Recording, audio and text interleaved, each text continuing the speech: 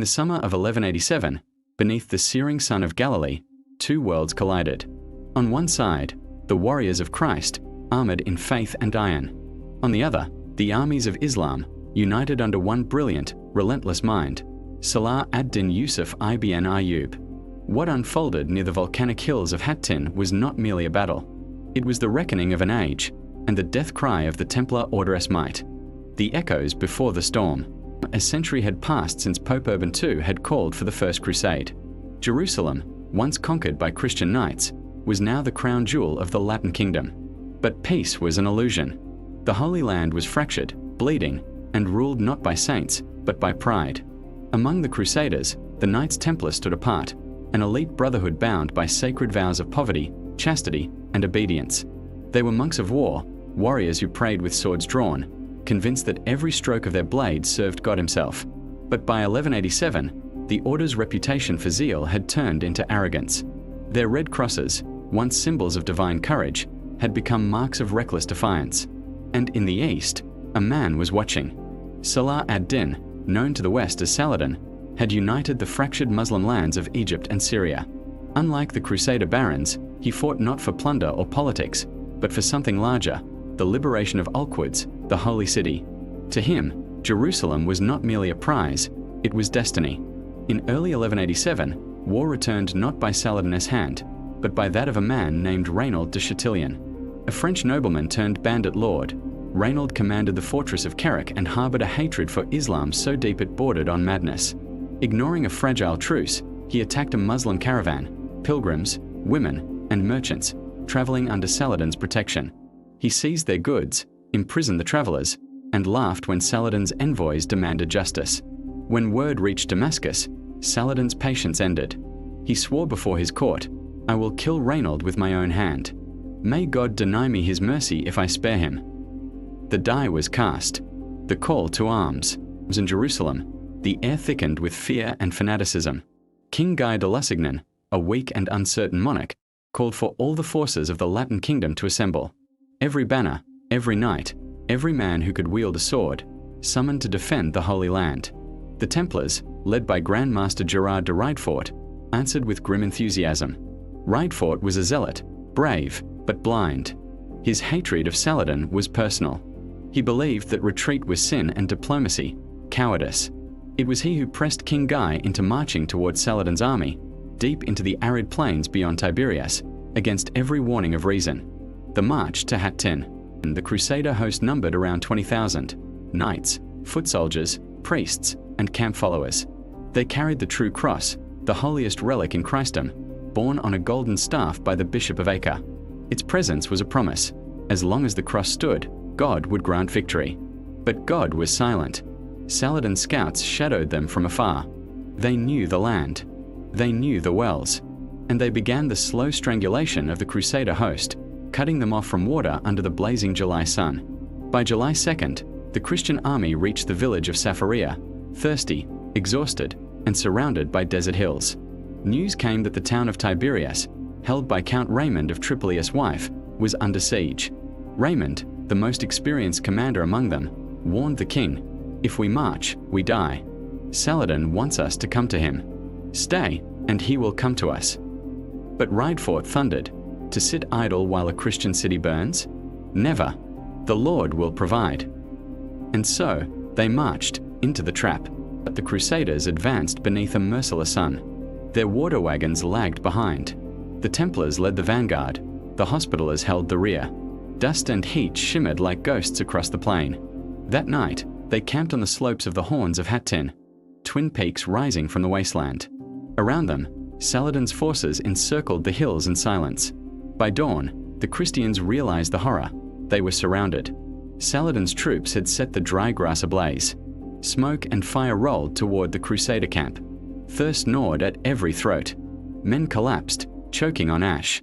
The Templars tried to hold formation, but chaos spread like disease.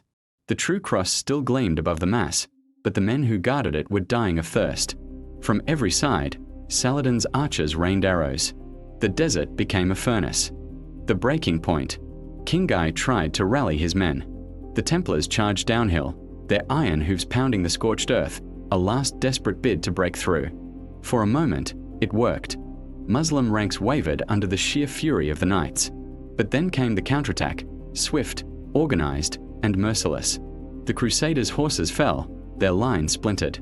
The true cross-bearer was struck down. The relic fell into Muslim hands. From the surrounding hills, the banners of Islam rippled in the heat. The Templar line shattered. What had begun as a march of faith had become a massacre of steel. The capture. By evening, it was over. The plain was littered with corpses, knights still clutching their swords, priests lying beside their relics, and the red cross of the Templars darkened with blood. King Guy and his nobles were captured alive, dragged before Saladin's tent. Among them, Raynald de Chatillon. Saladin offered the king water. Guy drank, then passed the cup to Raynald, an act of courtesy. But Saladin intervened. "You did not ask my permission to offer him drink," he said. "He is not your guest." Then, turning to Raynald, Saladin reminded him of his broken oath and the slain pilgrims. Raynald spat at his feet. Saladin drew his sword and beheaded him on the spot. The prophecy fulfilled. The aftermath. The next day, Saladin ordered the surviving Templars and Hospitallers to be brought before him, some 200 men. He offered them one choice: convert to Islam or die. None recanted. One by one, they were led away and beheaded by Saladin's emirs, their white mantles stained crimson, their heads laid in rows before the victorious army. It was the greatest slaughter of the Templar order in its history. When the sun set over Hattin, the age of Christian dominance in the Holy Land was broken. The true cross was gone. The Templar strength was broken. And within 3 months, Jerusalem itself would fall. But legends are born from ashes, and in the blood of Hattin, the myth of the invincible Templar was rewritten forever. After Hattin, there was silence. The battlefield lay beneath a curtain of smoke and dust, thousands of bodies left unburied, their armor stripped, their faith unanswered. The flower of Christendom had been cut down in a single day. From the ashes of that defeat, the Holy Land began to unravel. The collapse of a kingdom in the days following the battle, word of the disaster spread like wildfire. Cities that had once sworn loyalty to Jerusalem, Acre, Nablus, Jaffa, Ascalon, trembled. The roads filled with refugees, monks, widows, and wounded knights staggering through the desert. The banners of the Templars, once symbols of divine protection, now marked the routes of retreat. Saladin's army moved swiftly and deliberately, a tide of discipline and vengeance. His men swept across Galilee and Samaria, taking fortress after fortress with almost surgical precision. Unlike the reckless fury of the Crusaders, Saladin fought with purpose. He spared civilians when possible, took prisoners humanely, and allowed surrender in exchange for tribute. But one name chilled every survivor: Hattin. The defeat had shattered more than just an army. It had broken the illusion that God was on their side. The fate of the true cross. Among the spoils captured by Saladin's troops was the most sacred relic in all Christendom. The true cross, the very wood, it was said, upon which Christ had been crucified. The relic was paraded through Damascus, displayed before cheering crowds. Its capture was not just symbolic, it was psychological warfare. The same cross that had once led crusaders into battle now hung as a trophy above Saladin's throne, a silent reminder that divine favor had shifted. To many Christians, this was the end of the world. The last walls of the Holy City by late September 1187, Saladin's army stood before the gates of Jerusalem itself. The city that had been the beating heart of the Crusader dream for nearly a century was now defenseless. Within its walls were barely 2,000 soldiers, remnants of shattered armies, wounded knights, and frightened townsfolk. Among them stood Balian of Ibelin, one of the few surviving nobles of the kingdom. He had sworn to escort his family to safety in Tyre, but upon entering the city, the people begged him to stay. He accepted, and was knighted anew by the Patriarch of Jerusalem. Balian Stand Balian of Ibelin became, almost overnight, the city's sole commander. He gathered what forces he could, priests, merchants, even children, and organized a desperate defense. He knew the city could not hold, but he intended to buy time. Every stone, every arrow, every prayer would be a statement to history that Jerusalem would not fall without a fight.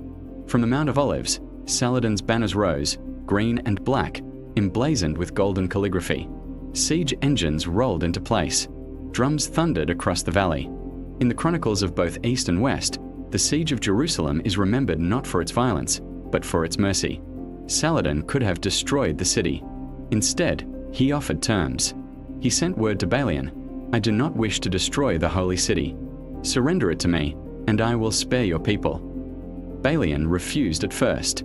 He warned that, if the Muslims stormed the walls, the Christians would burn their holy places and kill their own families to deny them as trophies. Saladin paused, considering. The man before him was not a fool.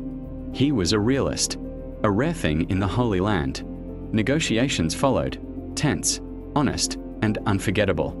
The surrender of Jerusalem. On October 2nd, 1187, the city surrendered. For the first time in 88 years, the crescent moon rose over Jerusalem's golden domes. No massacres followed. No fires consumed the churches. Instead, Saladin ordered the removal of Christian banners and the purification of the Al-Aqsa Mosque, which had served as the Templar headquarters, their Templum Domini. The same halls where knights had prayed and plotted were cleansed with rose water and prayers of gratitude. Each Christian inhabitant was required to ransom their freedom. 10 dinars for men, 5 for women, 1 for children. Those who could not pay, Saladin freed many of them himself, paying their ransom from his treasury. Even the poor were allowed safe passage. Chroniclers in both camps, Muslim and Christian, recorded this moment with awe. The conqueror of Jerusalem had shown compassion where vengeance might have been expected. The vanished orders. But for the Knights Templar, there was no redemption. Their Grand Master, Gerard de Riedfort, had survived Hattin by surrender, a humiliation that haunted him.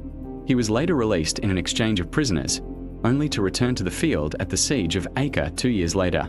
There, he would meet the fate he had escaped at Hattin. Cut down in battle, his arrogance finally silenced. The order itself was crippled. Of the hundreds of Templars stationed in the Holy Land, barely a handful remained. Their fortresses, at Gaza, Ascalon, and Lat Run, fell one by one.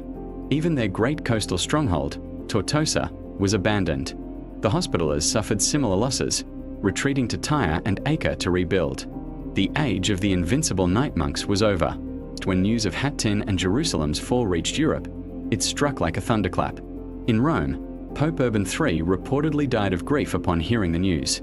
In France and England, churches filled with weeping crowds. Pilgrims fell to their knees in the streets, crying out for vengeance and redemption. It was said that no greater calamity had befallen Christendom since the crucifixion itself. The cry went up once more, but this time, the call came not from the papacy alone, but from kings. The Third Crusade. In the following years, 3 of the most powerful rulers of Europe took the cross: Richard I of England, the Lionheart, Philip II of France, and Emperor Frederick Barbarossa of the Holy Roman Empire. They vowed to reclaim the Holy Land, to restore the honor lost at Hattin, and to avenge the fallen Templars. Yet by the time they arrived, the world had changed. Saladin's empire was vast, organized, and united. The Crusaders no longer fought for conquest, they fought merely for survival. Even the Templars, reborn in exile, seemed haunted by ghosts.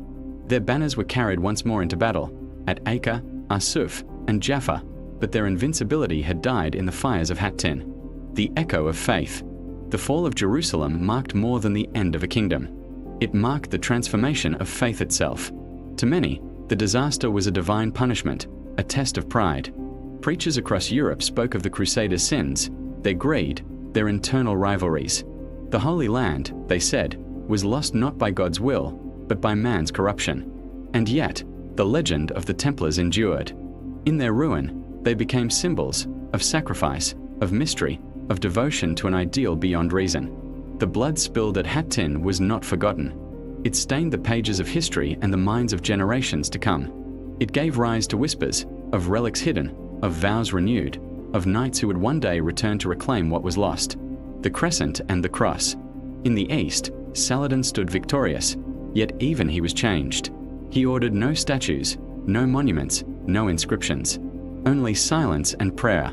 His chroniclers recorded that he wept upon seeing the city, not from pride, but from the weight of destiny fulfilled. In the west, bards and chroniclers began to craft their own legend. The Templars, though defeated, were portrayed as martyrs of faith. Their death became a rallying cry for the crusades that followed, a myth that would outlive the men themselves. Jerusalem had fallen, but the story of the Templars was far from over. In their loss, they found a strange immortality. Their order would rise again, richer, darker, and more secretive than before. And within the courts of kings and popes, their name would become both a blessing and a curse. Hattin had ended an era. But even in defeat, the Templars were not finished. What the desert had taken, they would reclaim, not through mercy, but through vengeance, discipline, and the cold calculus of war. Reassembling the fragments after the fall of Jerusalem, only a handful of knights had survived. Some had fled to Tyre, others to Acre, seeking refuge in coastal fortresses still loyal to the crusader cause. Among them were Balian of Ibelin, the noble protector of Jerusalem, and remnants of the Templars who had endured Hattin's massacre. The Grand Master, Gerard de Riedfort, though humiliated, returned to rally the surviving order. The Templars, though diminished, were undeterred. Their purpose was no longer the defense of Jerusalem alone. It was survival, revenge, and restoration. Across the Mediterranean, in France, England, and the Holy Roman Empire, nobles and kings were called to take the cross once more. The Call of Kings. In 1189, 3 monarchs, Richard I of England, Philip II of France, and Emperor Frederick Barbarossa, prepared fleets, armies, and coffers for the Third Crusade. The Templars offered guidance, intelligence, and the sharp edge of their reputation. Wherever they rode, fear preceded them. Muslim spies whispered tales of a knightly brotherhood that prayed as they killed, that took no quarter and asked for none. Even as these kings embarked on their journey, the Templars were already shaping the battlefield, scouting, fortifying coastal strongholds, and reclaiming ports lost after Hattin. They became the silent vanguard of the Crusaders, striking where precision could overcome numbers. By 1189, the Crusaders reached Acre, a fortress city that had resisted Saladin's forces but could not hold indefinitely. The siege would last 2 years, and the Templars were at the center of every assault. Their white mantles and red crosses became a symbol of relentless attack, leading charges against walls, towers, and gates. Gerard de Riedfort, despite his earlier failures, proved both ruthless and cunning. He organized sorties, ambushes, and intelligence networks that suffocated the defenders. Under the Templars' direction, Christian miners undermined walls, siege towers were rolled forward, and artillery began to batter the ancient gates. The fighting was brutal. Knights, foot soldiers, and civilians alike suffered from hunger, disease, and relentless combat. But the Templars pressed on, fueled by a singular purpose: vengeance for Hattin and the reclamation of Jerusalem's honor. The death of leaders during the siege, tragedy struck the Crusaders. Emperor Frederick Barbarossa drowned crossing a river in Anatolia, leaving his army leaderless. Philip II of France returned home, leaving Richard I to carry the burden. Yet the Templars remained steadfast. The absence of kings elevated their role. In Acre, their decisions shaped the war. Saladin, meanwhile, was forced into defensive maneuvers. He had defeated the Crusaders once at Hattin, but the Templars' presence at Acre was different. They were no longer merely defenders. They were predators, masters of siege warfare, and fanatical in their pursuit of justice for fallen brethren. The final assault. By 1191, the city walls of Acre were crumbling. The Templars led the vanguard, charging repeatedly into the breach. Every stone thrown, every arrow loosed, was part of a calculated plan to exhaust and destroy the Muslim defenses. It was in these assaults that the Templars' legend was forged anew. Stories of knights standing atop the walls, swords in hand, rallying men against impossible odds, spread across Europe like wildfire. The siege ended in July 1191. Saladin surrendered the city after exhausting every option. Prisoners were exchanged, terms of ransom were honored, but the Templars were merciless in exacting revenge on those who had once mocked them at Hattin. With Acre secure, the Crusaders' armies prepared to march on Jerusalem. Yet fate intervened. The Templars, aware of the logistical impossibility of taking the city, advised Richard to delay. And in truth, Richard knew that Saladin's fortifications were formidable. The Third Crusade would reclaim some territory, including Jaffa and Arsuf, but Jerusalem remained under Muslim control. The Templars, though, were not defeated.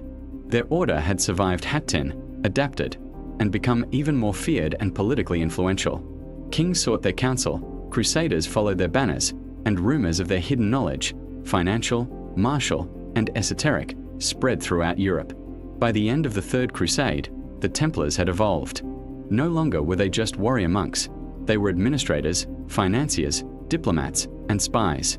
Their wealth and influence rivaled kings.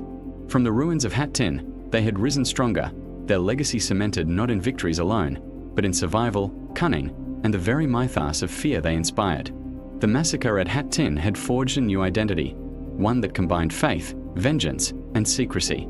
The Order of the Temple would endure for another century, growing darker, more inscrutable, and more powerful than any enemy could have imagined. The battlefield of Hattin was not the end, but a crucible. From its fires, the Templars emerged as more than soldiers of Christ. They became architects of power, shadows in the courts of kings, and keepers of secrets that history itself would fear to reveal. Every banner raised, every sword drawn, echoed with the memory of their fallen brethren. The blood spilled on the horns of Hattin nourished a legend, one that would endure in whispers, in chronicles, and in the very stones of the Holy Land. Though they would fall centuries later, the Templars' resurrection after Hattin reminds us that defeat can give birth to a legacy stronger than victory. The story of the Templars did not end on the sands of the Holy Land. Their swords might have fallen silent, but their influence endured.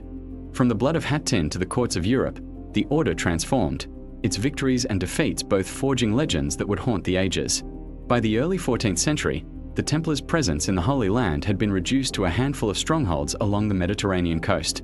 Their grand fortresses, Crac des Chevaliers, Tortosa, and Atlet, were reminders of an age when knights ruled the battlefield.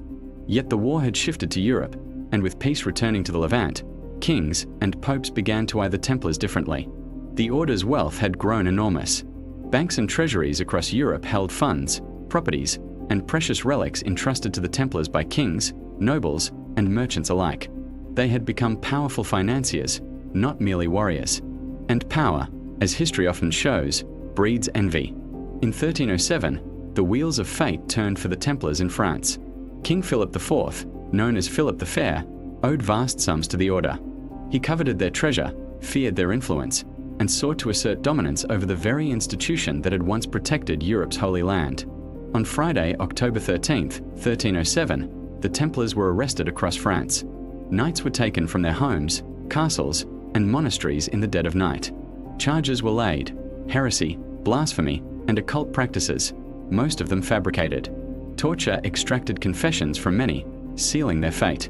The Grand Master, Jacques de Molay, and his council were imprisoned in Paris, enduring interrogation and humiliation. The once mighty warriors, who had faced Saladin and survived Hattin, were now powerless against a king's ambition. The trial of the Templars became a spectacle. Chroniclers wrote of the men who refused to recant, who faced flames rather than betray their vows. On March 18, 1314, he was burned at the stake on the Isle de la Cite in Paris. Legends say he cursed both the king and the Pope, predicting their deaths within a year. And indeed, Philip IV and Pope Clement V would die within months. The execution marked the official end of the Order. Yet it could not erase the secrets they carried, the treasures hidden, and the network of influence that spanned Europe. Whispers of Templar wealth persisted. Accounts spoke of gold hidden beneath castles, relics of immense spiritual power, and even ancient manuscripts with forbidden knowledge. Some say that the surviving Templars fled to Scotland, Portugal, and even as far as the Holy Roman Empire, quietly integrating into other military and religious orders. The Order's influence did not vanish. It simply went underground. Their banking methods survived. The Knights had pioneered early financial systems, letters of credit, safe deposits, and international transfers, practices that would later influence Europe's financial revolution. In this way, the Templars' power outlived their swords and battles. Over time, the Templars became myth. Stories of hidden relics, the Holy Grail, the Ark of the Covenant, often intertwined with their name. Legend spoke of knights who returned from the Holy Land not just with gold, but with knowledge forbidden to mortals. Secret rituals, coded symbols, and underground sanctuaries became part of the lore. Writers, poets, and historians speculated endlessly. What had the Templars really found in Jerusalem? And did some survive to continue their work in shadows, shaping kingdoms, financing wars, and guarding secrets the world was not ready to know? Through all of this, the blood of Hattin remained central to the Order's identity. That massacre had forged them into an unyielding force, resilient even in the face of annihilation. It had taught them strategy, secrecy, and the value of vengeance tempered by patience. Every fortress rebuilt, every coin counted, every battle fought thereafter carried the lessons of those sun-scorched hills. Hattin was not merely a defeat, it was a crucible. From its ashes arose the Templars who would haunt the imagination of kings, poets, and chroniclers for centuries. Centuries later, the Templars became more legend than history. They inspired tales of immortal knights, of secret societies controlling the course of history. Artists painted them as martyrs of faith. Writers imagined them guarding treasures lost to time. And every mention of their red cross conjured the memory of Hattin, the blood-soaked plains where the finest knights of Christendom had fallen. The world had changed, but the Templars' story endured. The Templars were men of iron and faith, but also men of ambition, strategy, and subtlety. They conquered the battlefield, mastered finance, and endured betrayal. Their rise and fall is a story of power, devotion, and secrecy, a reminder that legacy is not measured in life alone, but in the echoes one leaves behind. Hattin was their beginning and their lesson. From the blood of that fateful day came resilience, cunning, and myth. Even in defeat, the Templars' shadow stretched far beyond the deserts of Galilee, reaching into Europe, into legend, and into the human imagination itself. The battlefield of Hattin was more than a place. It was a crucible of ambition, faith, and folly. The hills of Galilee, scorched and blooded, echoed through centuries, a silent teacher to kings and historians alike. Hattin stands as a testament to faith tempered by pragmatism. The crusaders, confident in divine favor, marched blindly into a trap. The Templars, bound by honor, followed their zeal. Saladin wielded patience as a weapon, forcing a proud army into thirst, fatigue, and despair before striking. Pride blinds, patience conquers. For survivors, Hattin was trauma, shaping every choice, maneuver, and negotiation. The Templars carried scars differently, forging resolve and strategy that would define the order for decades. Though their power in the Holy Land waned, the Templars' influence in Europe grew. They managed estates, collected taxes, and ran early banking systems. Kings and popes admired them, yet envied them. Even in exile, Templars maintained networks, subtly shaping politics and war. Over time, the Templars became myth. Whispers spoke of hidden relics, esoteric knowledge, and secret alliances. Surviving members allegedly fled across Europe, guarding treasures and manuscripts. Their influence persisted, unseen but potent, fueling centuries of legend. In literature and popular culture, the Templars became symbols of devotion and forbidden power. Every tale began with Hattin, the day the Red Cross was tested against fire, iron, and death. Through defeat, they became eternal. Beyond treasure or legend, the Templars' true legacy was devotion and discipline. Hattin reminded them that even the strongest can fall, yet courage, honor, and sacrifice endure. The Order's principles outlasted kings, popes, and battles. The summer of 1410 arrived heavy and breathless over the plains of northern Europe. The air hung thick with heat and dust, and the roads from Krakow to the Baltic groaned under the weight of marching armies. For decades, the Teutonic Order had stood as the Iron Wall of Christendom, a brotherhood of armored monks sworn to God, discipline, and conquest. They ruled Prussia with steel and silence, their black crosses casting long shadows across the pagan lands they had once conquered. But in the summer of 1410, the shadow began to tremble. To the south, banners bearing the white eagle of Poland and the jagged columns of Lithuania fluttered side by side for the first time in living memory. King Władysław Jagiello, ruler of Poland, had forged a fragile but powerful alliance with his cousin Vytautas, Grand Duke of Lithuania. It was an alliance born of necessity and vengeance.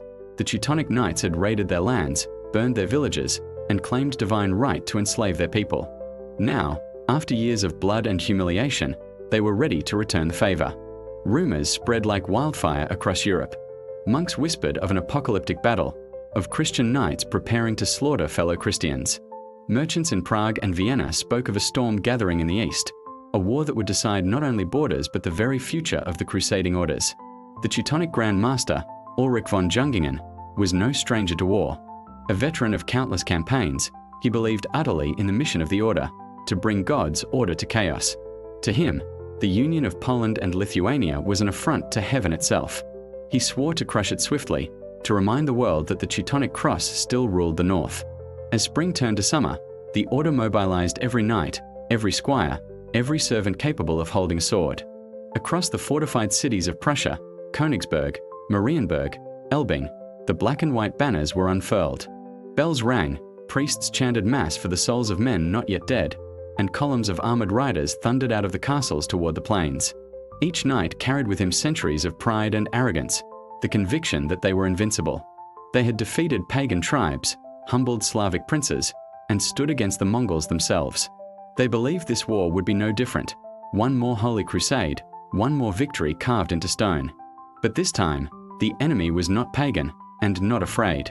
Across the Vistula, the armies of Poland and Lithuania gathered. The camp stretched for miles, tents, fires, the smell of horses and sweat.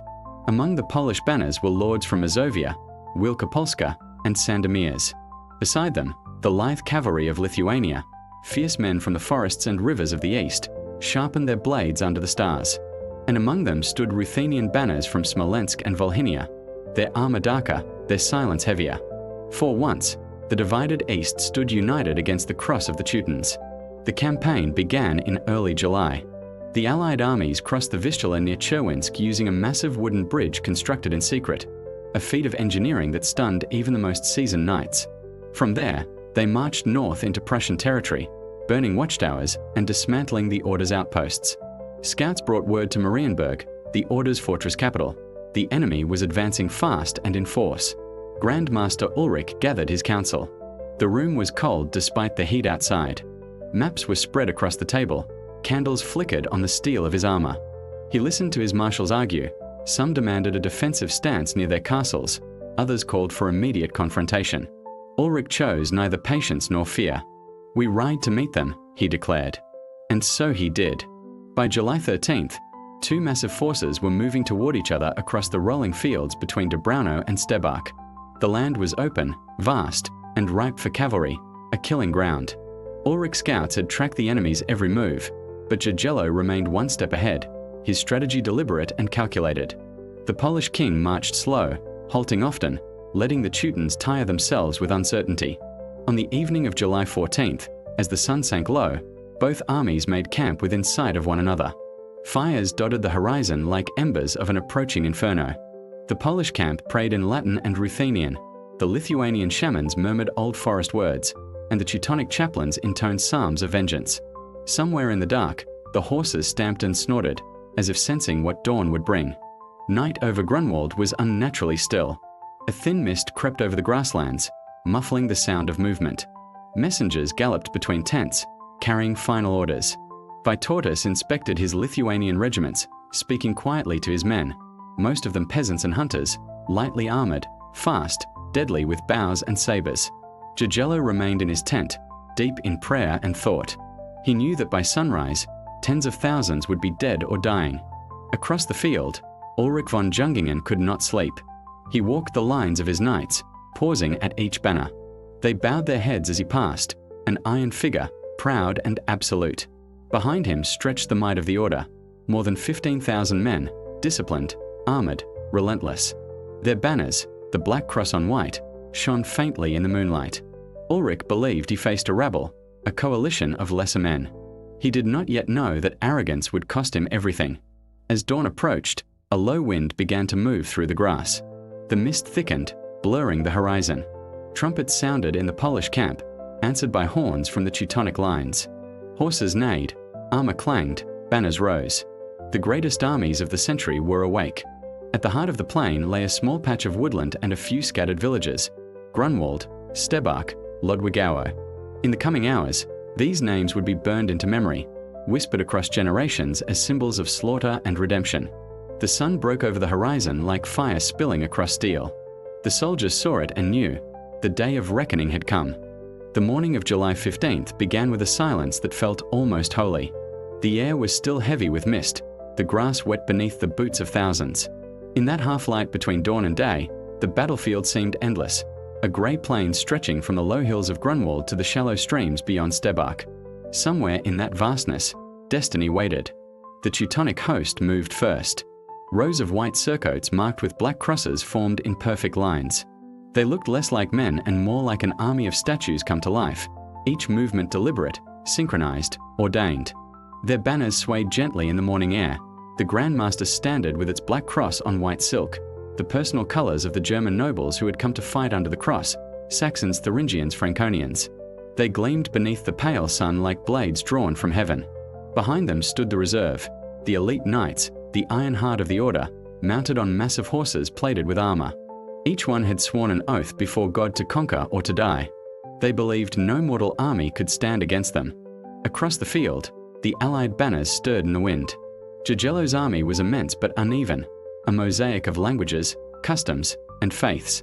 The red and white banners of Poland anchored the left flank, while Vytautas commanded the right, a restless sea of Lithuanian, Tatar, and Ruthenian cavalry. Between them, the standards of Smolensk fluttered defiantly.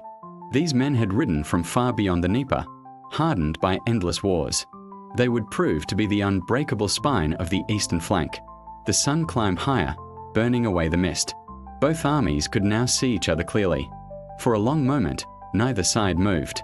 Tens of thousands stood in silence, separated only by a few hundred paces of open ground. The tension was unbearable, like the world itself holding its breath. Jagello, high on a hill with his staff, observed everything with careful calm. He was a man of patience and calculation, more strategist than warrior. Below him, Vytautas rode along his front lines, rallying his men. His voice carried over the ranks, steady and fierce. The Lithuanian duke's armor gleamed golden sunlight, his horse restless, his eyes sharp. He knew that his flank, the lighter, more mobile one, would bear the brunt of the first assault. On the opposite side, Grand Master Ulrich von Jungingen rode before his knights, lifting his sword in silent salute. Behind him, the Teutonic chaplains raised crucifixes high, calling for divine favor. Drums thundered. The Order's artillery, primitive bombards and crossbows, were positioned on the rise, but the Grand Master preferred the sword.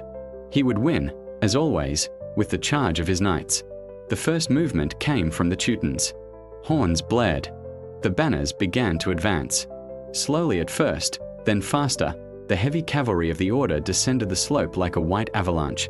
The ground trembled beneath thousands of hooves. Shields locked, lances lowered. The world turned into thunder. Vytautas shouted the order to his right flank. The Lithuanian cavalry surged forward to meet the charge, their speed unmatched. Arrows hissed through the air, darkening the sky. Horses screamed, men fell, the ground shook. When the two lines met, the sound was not of battle but of breaking mountains. Steel collided with steel, bodies crashed together, and the green field vanished beneath clouds of dust. For a time, it seemed the Lithuanians would hold. But the Teutonic knights were armored like fortresses. Their lances shattered men and horses alike. Under the crushing weight, the Lithuanian line began to bend, then break. Panic rippled through the ranks. The right flank started to fall back, not in retreat, but in chaos. Some units turned and fled toward the forest. The Teutons roared in triumph, believing victory had come swiftly, as it always had. From his vantage point, Ulrich saw the Lithuanian rout and gave the signal for pursuit. He unleashed his reserves, hundreds of knights who thundered across the field in a frenzy of holy zeal. The Order's banners drove deep into the Lithuanian ranks, cutting them apart, chasing them into the woods. But what the Teutons could not see was the trap unfolding. Jagello had expected this. Vytautas had ordered a controlled withdrawal, luring the enemy away from the center. The Teutonic pursuit, blinded by triumph, stretched their line thin, tearing the disciplined order of their formation. In the chaos, the Polish and Ruthenian banners advanced. The Smolensk regiments, positioned in the center-right, stood firm even as the Lithuanians withdrew beside them. Wave after wave of Teutonic knights smashed into their line. Their banners fell and rose again. Men fought knee-deep in blood and mud. When the dust cleared, only a handful of the Smolensk standards remained, but they had held, they had bought time. Now the Polish Karagwe began to move. Across the field, the red and white flag surged forward.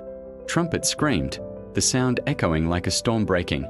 The Teutonic knights who had chased too far suddenly found themselves flanked and isolated. The tide turned with terrible swiftness. Ulrich realized too late that his pursuit had become his doom. He ordered his rear banners to wheel left and reinforce the center, but the battlefield was already a maelstrom. The once perfect lines of the Order dissolved into chaos. Men fought in small clusters, surrounded by enemies. The sun burned high above, the heat unbearable, armor scorching. Horses collapsed from exhaustion, trampled underfoot. Blood darkened the ground. The screams of men, the crash of steel, and the dull thud of arrows filled the air. The smell of death was everywhere, sweat, iron, and fire. The Grunwald plain became a furnace of slaughter. Jagello watched from his hill, unmoving, issuing quiet orders. He refused to be drawn into the chaos. He knew that the moment would come, the one decisive push that would break the cross once and for all. On the left flank, Polish knights clashed with the Teutonic banners of Elbing and Königsberg. The fighting was hand-to-hand, brutal, endless.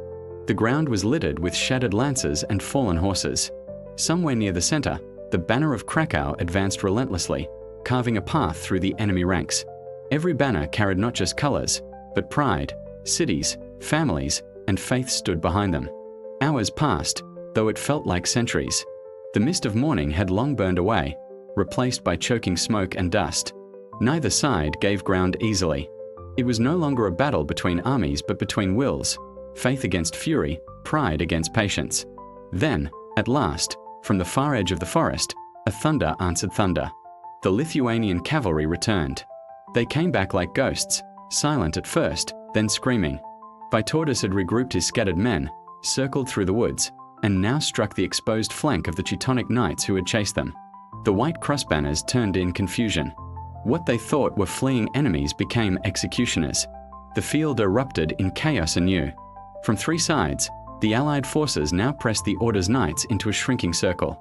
Ulrich von Jungingen rode into the heart of the storm, his sword gleaming, his voice steady even as his men fell around him.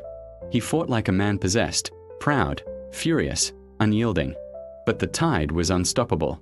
As the afternoon sun began to sink, the Knights of the Cross were drowning in blood and dust.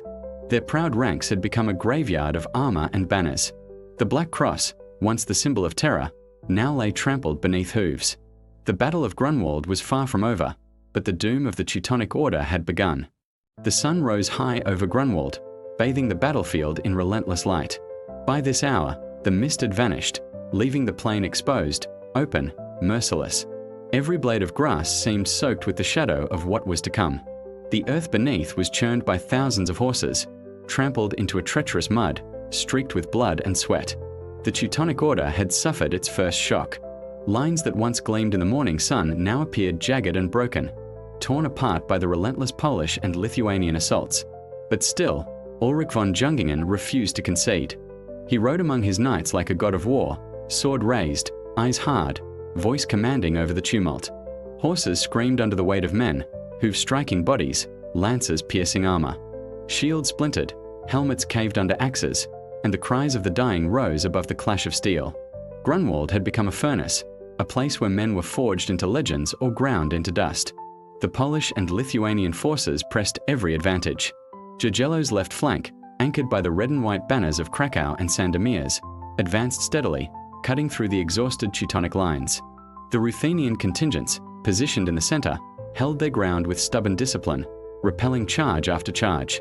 They were fewer in number than the knights who bore down on them, yet they fought as if each strike carried the weight of generations. Vytautas, meanwhile, exploited every opening on the right flank. His men, light, fast, and lethal, circled the overextended knights, striking at the sides and rear. Those who had laughed at the retreating Lithuanians were now trapped, surrounded by a fury they had underestimated. Horses fell in agony, their riders dragged into the mud. Blood painted the field in dark rivulets, the ground rising and falling with the dying and the fallen. The Grand Master, mounted upon his massive destrier, surveyed the chaos. Pride, fury, and fear warred within him. His elite guard fought valiantly, cutting down dozens of enemies, but for every knight that stood, two more fell. The Order's famed discipline was crumbling. Commanders shouted orders, but the battlefield had become a maelstrom. No command could reach all corners. Then came the moment that would mark history. A surge of Polish knights, fresh and disciplined, struck the center of the Teutonic line with unrelenting force. Shields shattered under the repeated impact of lances. Horses stumbled and fell, bodies piled atop one another. The roar of men and the screech of metal against metal filled the air. Ulrich von Jungingen charged forward, attempting to rally his men, his sword flashing with deadly precision. But the trap had closed. From the forests and hidden gullies, Vytautas's forces appeared, attacking the exposed flanks of the Teutons. The order of battle, once perfect and terrifying, was now chaotic. Knights found themselves surrounded on all sides. Lances became ineffective in the crush, swords swung wildly, and the ground was slick with blood. The cries of the dying and the dying horses merged into a single, deafening chorus. The Grand Master's fate was sealed. Surrounded by enemies, he fought like a man possessed. Steel met steel, armor rang like church bells, and yet there was no escape. One by one, his closest guards fell. Ulrich von Jungingen himself was struck down amidst the slaughter. His body fell, armor dented and blooded, the black cross above him no longer a symbol of dominance, but a banner of defeat. Around him, the Teutonic knights wavered and faltered. Some fled, abandoning their banners, leaving them trampled in the mud. Others fought until they, too, fell, swallowed by the advancing Polish and Lithuanian tide. The battlefield had become a sea of death, every step a peril, every moment a struggle for survival. The Allied forces pressed on mercilessly. The Polish Karagwe advanced steadily, cutting through the remnants of the Teutonic center. The Lithuanian cavalry harried the retreating flanks, striking with the precision of hunters. The Ruthenians, though blooded and battered, held firm, preventing any orderly retreat. By midday, the field of Grunwald was unrecognizable. What had begun as two mighty armies arrayed in perfect order was now a tangle of bodies, banners, and broken war machines. Horses lay dead in grotesque positions, their riders sprawled beneath them. Shields were dented and shattered, spears snapped, and swords stained with the lifeblood of men and beasts alike. The smoke of burning villages and destroyed outposts drifted across the plain.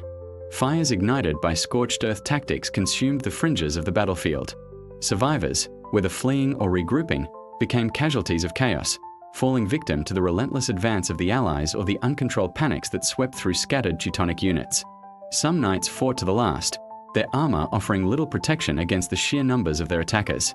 Others surrendered, only to be cut down by marauding soldiers. The mercy that had once existed between Christian armies was gone.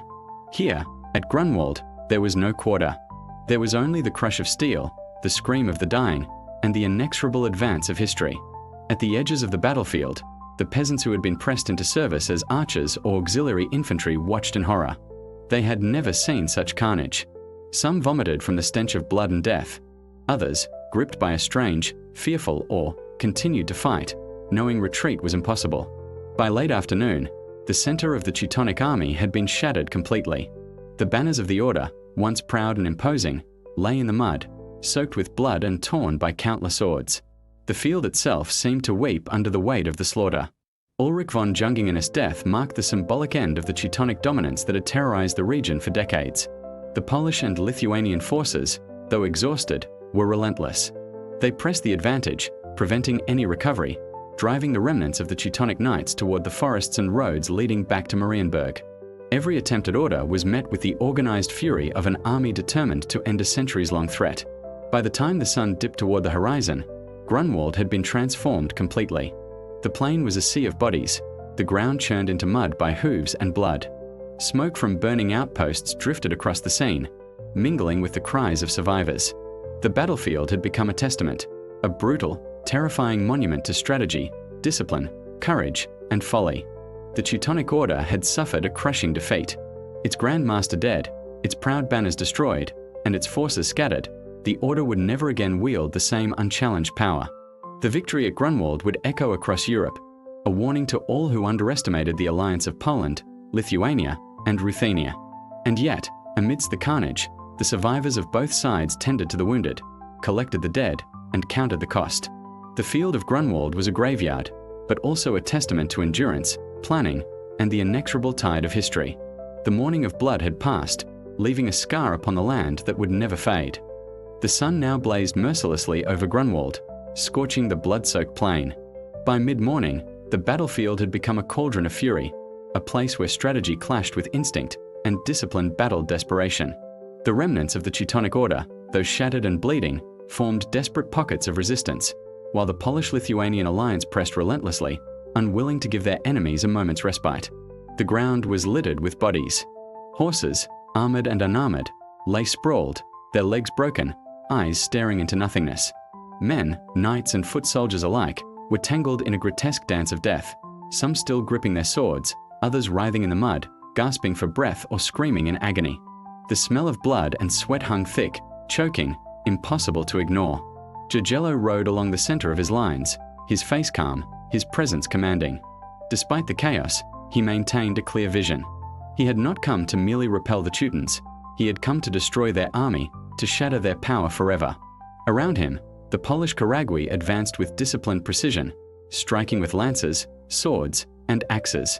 Their shields interlocked, forming walls of steel, and their horses thundered forward, carrying death into the heart of the enemy. Vytautas, commanding the right flank, maneuvered with deadly intelligence. His Lithuanian cavalry, lighter and more agile than the heavily armored knights, struck like lightning.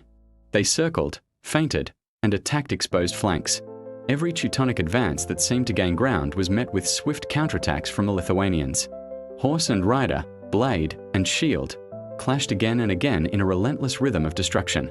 The elite Teutonic knights, despite dwindling numbers, fought with the ferocity of cornered predators.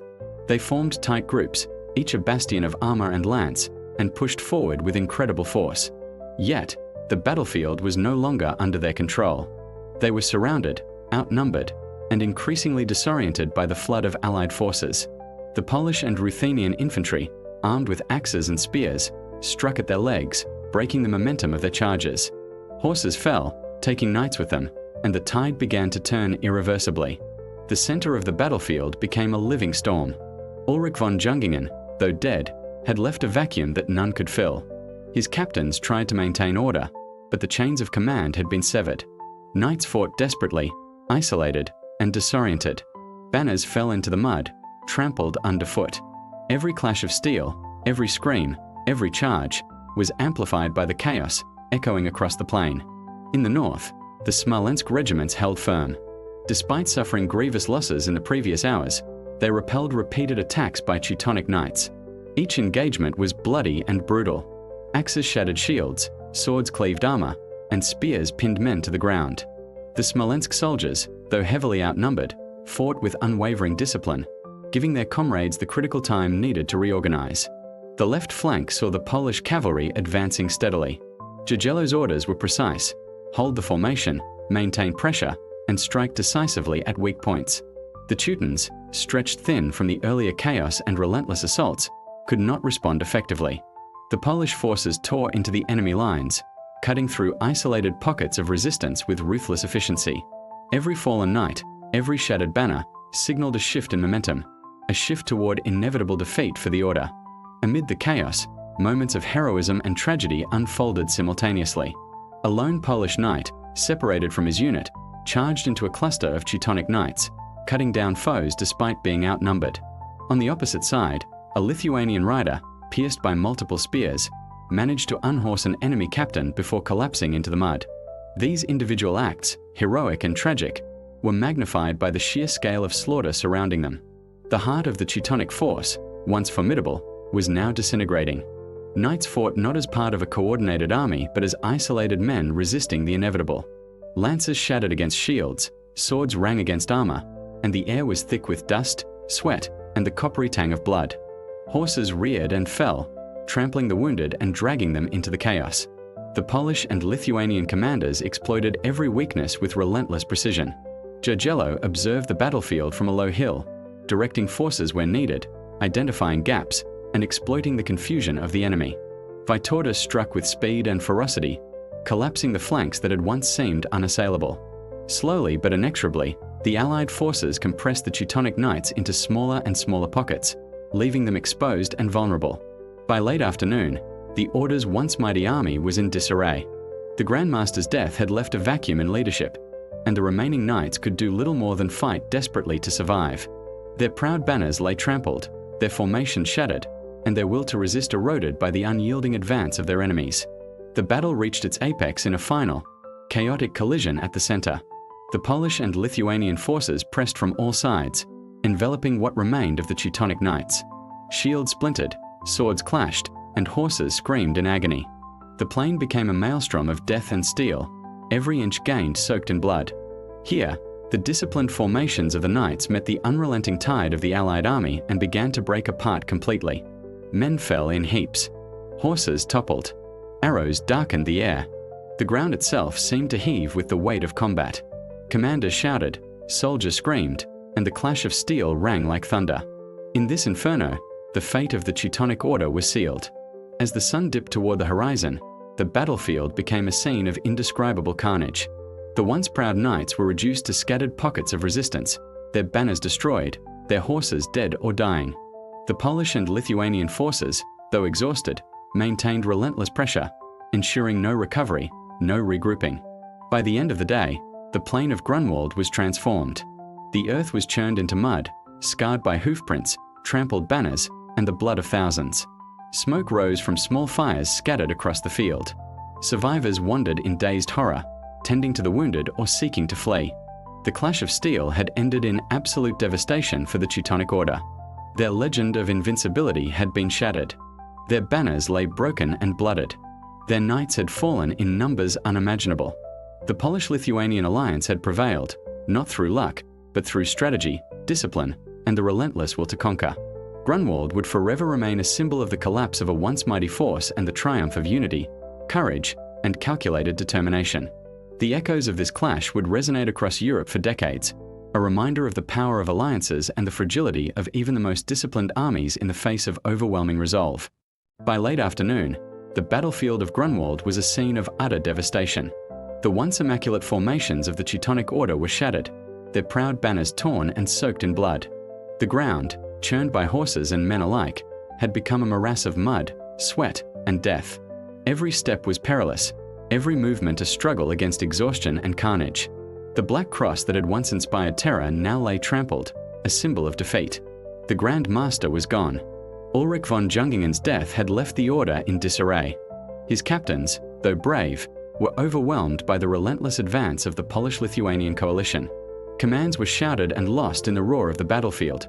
Formations that had once been impeccable dissolved into small, isolated groups fighting desperately to survive. The Polish forces pressed forward with relentless precision. Each Korygiew advanced in perfect cohesion, their lances striking with deadly timing. The Ruthenian regiments held the center with unyielding determination, blocking any attempt at recovery. Every knight who had once relied on the weight of armor and the discipline of the order now faced the raw power of coordinated, multi-flank assault. Vytautas, on the right flank, unleashed his final reserve. Lithuanian cavalry, fresh and agile, struck the exposed sides and rear of the remaining Teutonic contingents. The knights, previously feared for their unstoppable charges, now found themselves encircled, cut off from reinforcement, and overwhelmed by numbers. Horses fell in agony, dragging knights beneath them. The plain became a cacophony of screams, steel, and thunderous hoofbeats.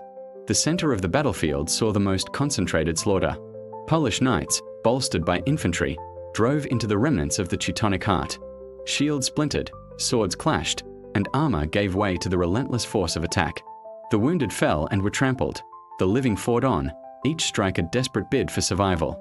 The banners of Marienburg, Königsberg, and Elbing were either destroyed or captured, leaving the order's identity scattered across the blooded ground. In this chaos, heroism and desperation intertwined. Some Teutonic knights fought to the last, carving paths through enemies even as their comrades fell around them. Others, realizing the futility of resistance, surrendered, only to be cut down by the onslaught. The field was no longer a place of strategy. It had become a crucible of survival, where only the swift, the lucky, or the ruthless could endure. The Allied commanders maintained strict control. Jagiello directed his forces with an unflinching eye, deploying units to exploit weaknesses, reinforcing lines where the enemy clung stubbornly to life.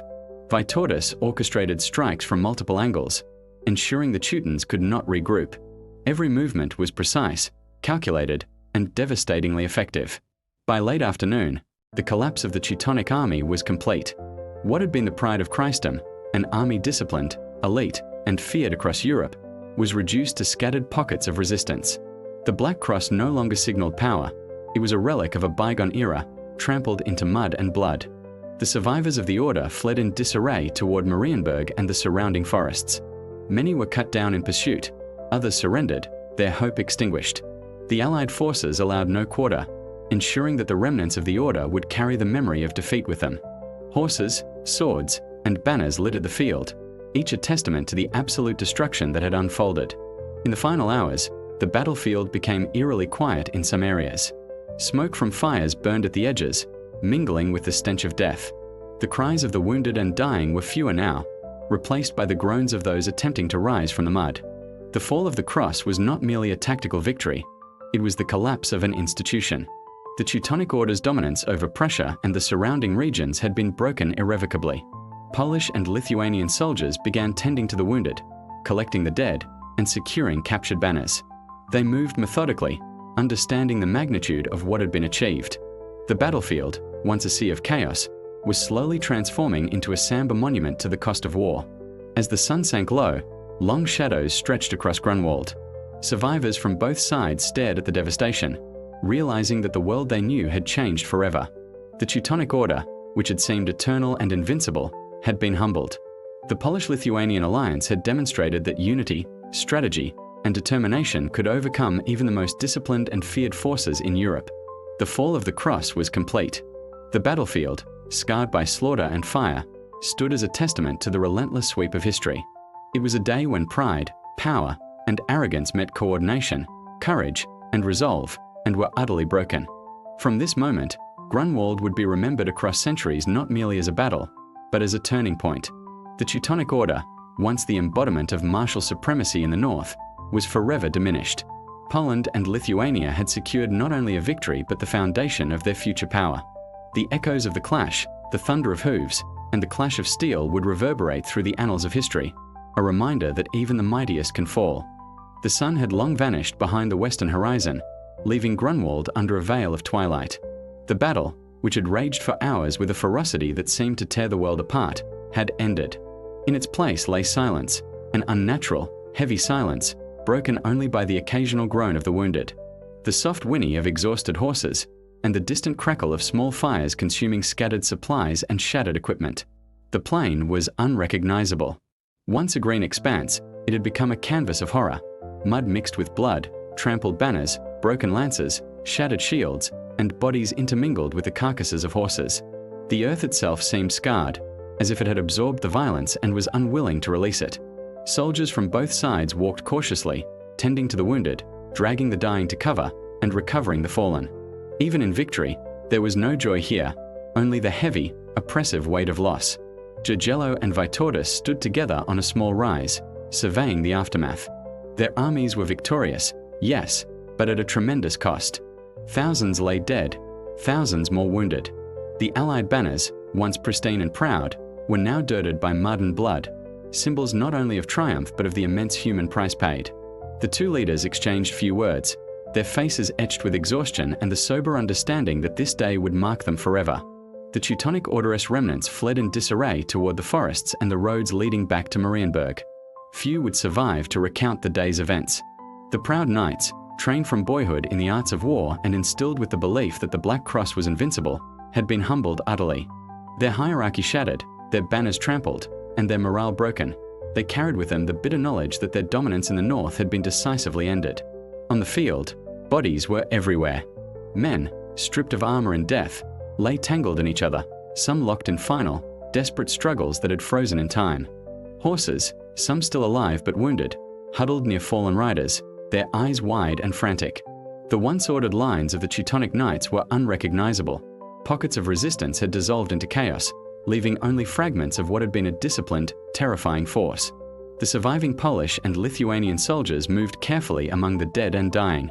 They administered aid where possible, but there was no time to mourn individually. Every step required caution, the battlefield remained treacherous, and even small skirmishes could erupt among stragglers. Yet, there was an unmistakable sense of triumph. The Black Cross had fallen, and with it, the aura of invincibility that had surrounded the Teutonic Order for centuries. Stories would later speak of acts of heroism amid the carnage. A Polish knight saving a comrade trapped under a fallen horse, a Lithuanian cavalryman cutting through encircling enemies to rescue a wounded friend, Ruthenian spearmen holding their ground against overwhelming odds, each tale a testament to courage, resilience, and the human spirit even in the midst of overwhelming death. Yet for every act of heroism there were countless moments of horror and tragedy. Young squires dragged into the mud, peasants pressed into service and slaughtered without mercy, and commanders who fell their dreams and strategies extinguished in the chaos. As night deepened, the survivors began the grim task of counting losses. Estimates were staggering. The Teutonic Order had lost a majority of its fighting force. The rest was scattered, demoralized, and retreating. The Polish-Lithuanian alliance, though victorious, had suffered heavily as well. The plain of Grunwald was a testament to the cost of war, a scar on the land that would remain visible for generations. Yet even in the silence, there was a profound sense of change. The balance of power in Eastern Europe had shifted irrevocably. The Teutonic Order's dominance was broken. Poland and Lithuania had proven their military might and the effectiveness of their alliance. Villages and towns across the region would feel the echoes of this victory, emboldened by the knowledge that the once feared Knights of the Cross could be defeated. The night was punctuated by small fires across the battlefield, remnants of encampments, burning supplies, and scattered siege equipment.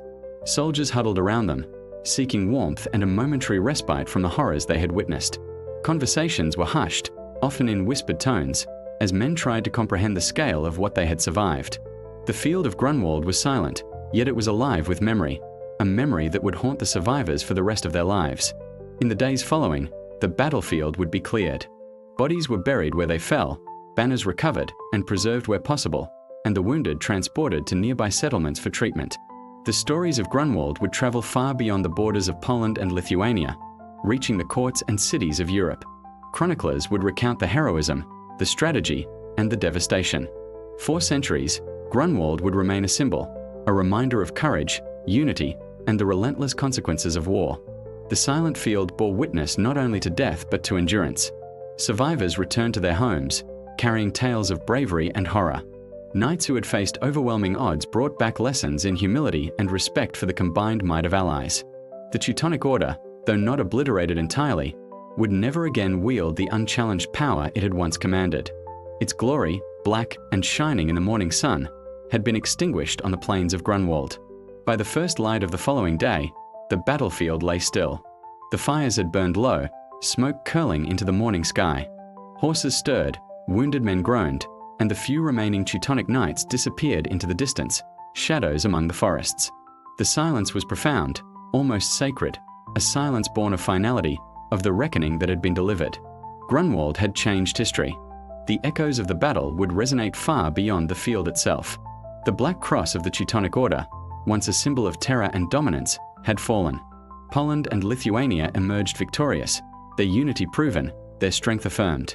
And as the first morning sun touched the blooded plains, it illuminated not just the devastation, but the courage, determination, and resilience that had turned the tide. Grunwald would live forever in memory, a testament to the horrors of war, the price of victory, and the unyielding march of history. The silent field, scarred and solemn, spoke louder than any trumpet or banner ever could. Here, the mighty had fallen, and the world had changed. The end of the crusader dream, the year was 1291. For almost 2 centuries, the cross had stood against the crescent on the burning sands of the Holy Land. Kingdoms had risen and fallen, kings had sworn oaths and broken them, and rivers of blood had soaked the stones of Jerusalem, Antioch, and Tripoli. Now, all that remained of that once glorious dream of Christendom in the east was a single city, Acre. Acre was no ordinary city.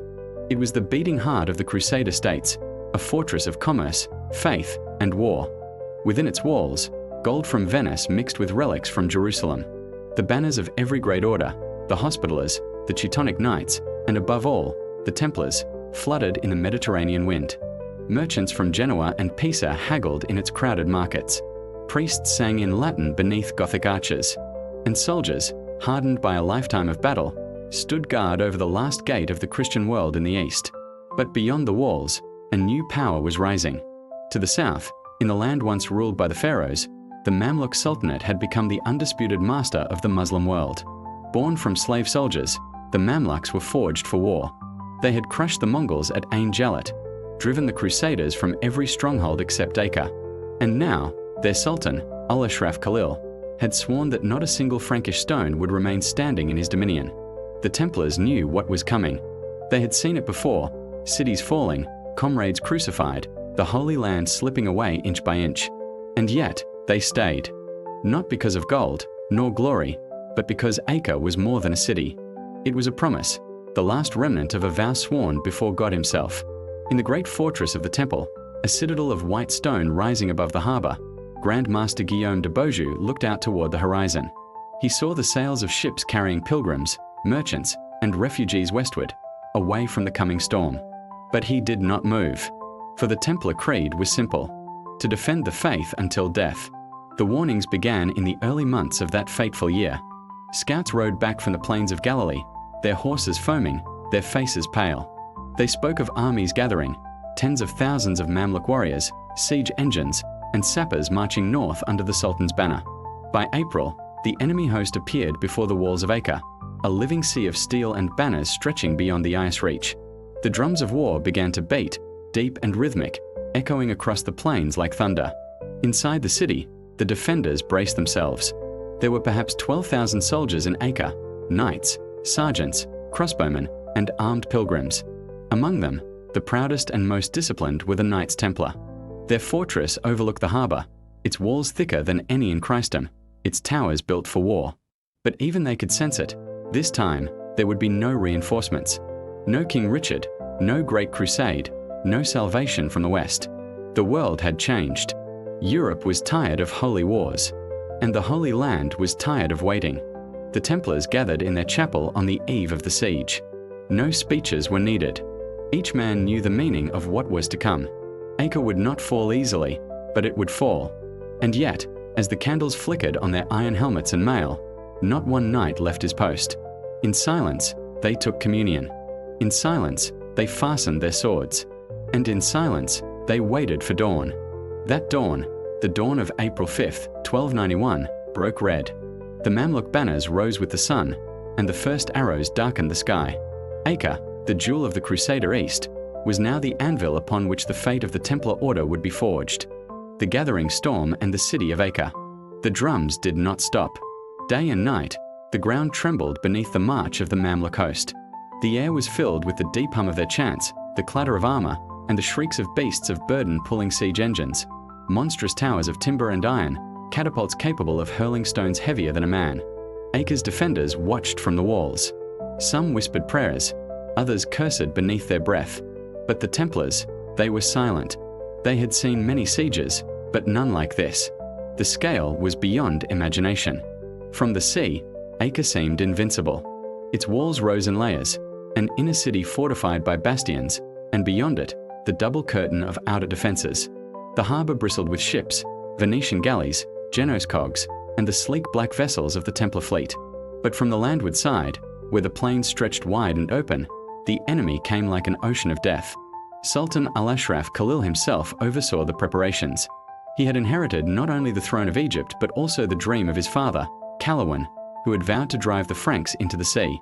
Now, standing beneath the banner of the Prophet, Khalil raised his hand, and 1,000 trumpets sounded.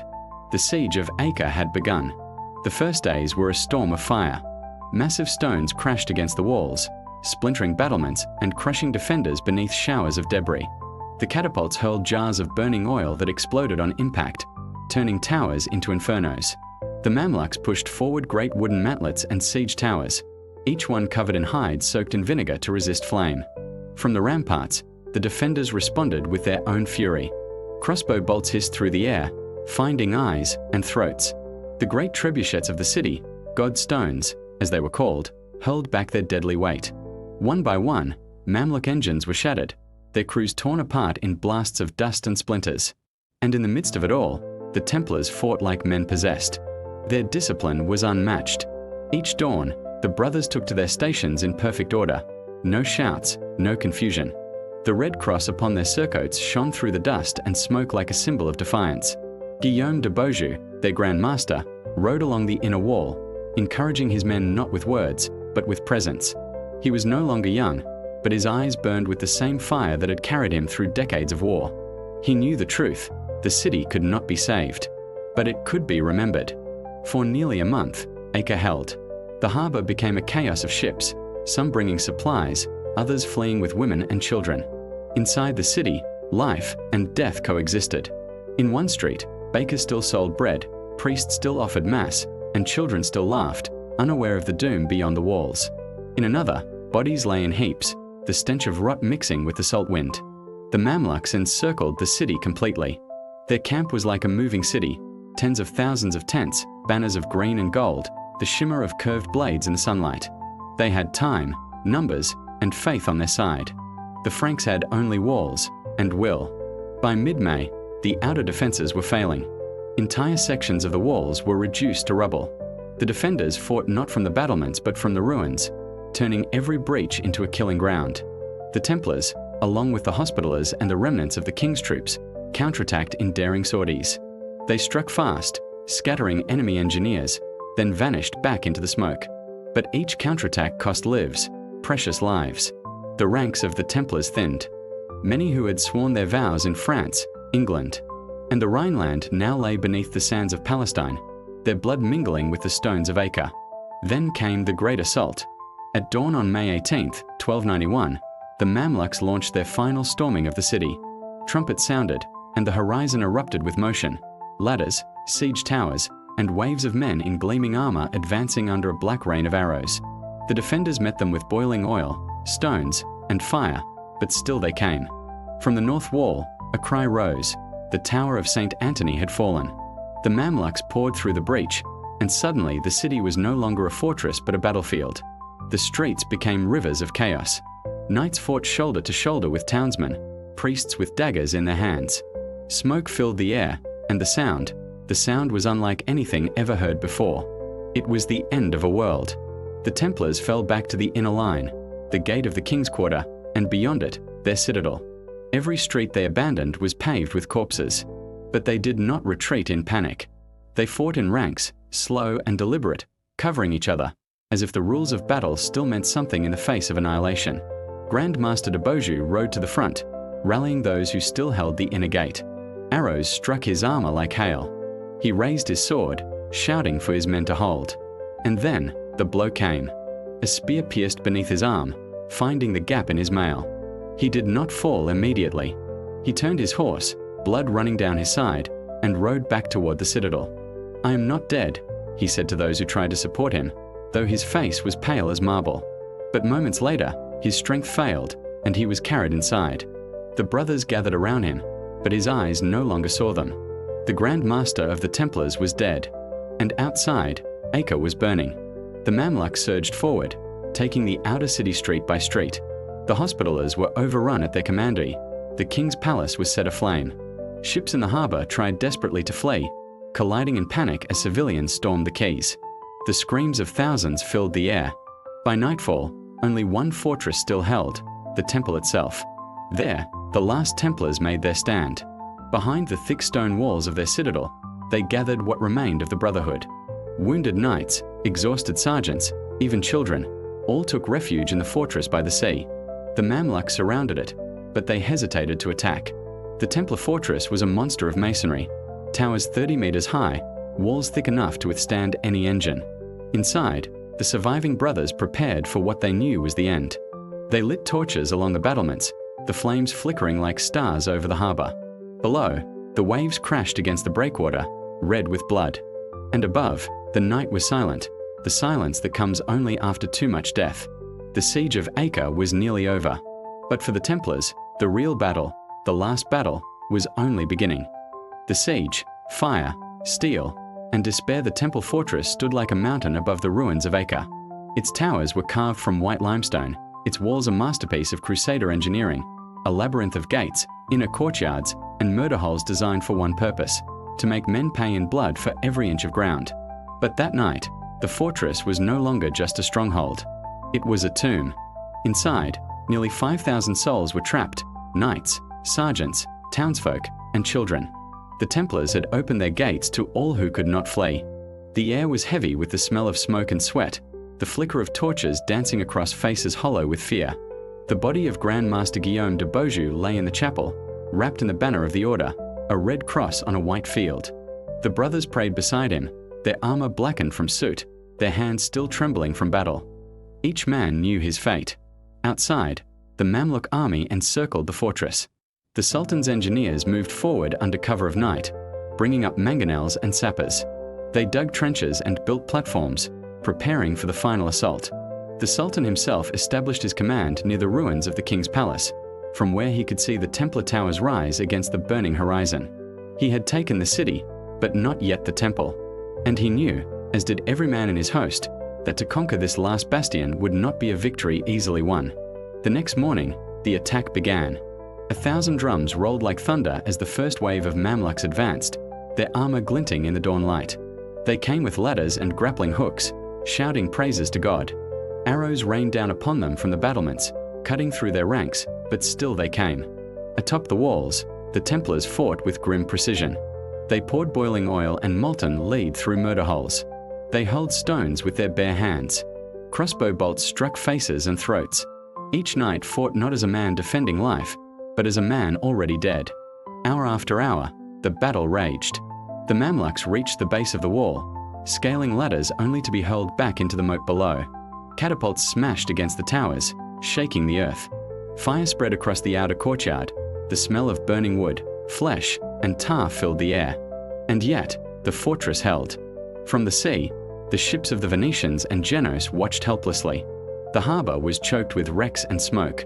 A few captains, seeing the flames consume the city, tried to send small boats to the fortress, but the Mamluk archers filled the air with arrows. Only a handful reached the shore. Inside the citadel, water was running low. Food was scarce. The wounded lay in the lower halls, moaning in the dark. Templar chaplains moved among them, blessing those near death. Children cried for their mothers.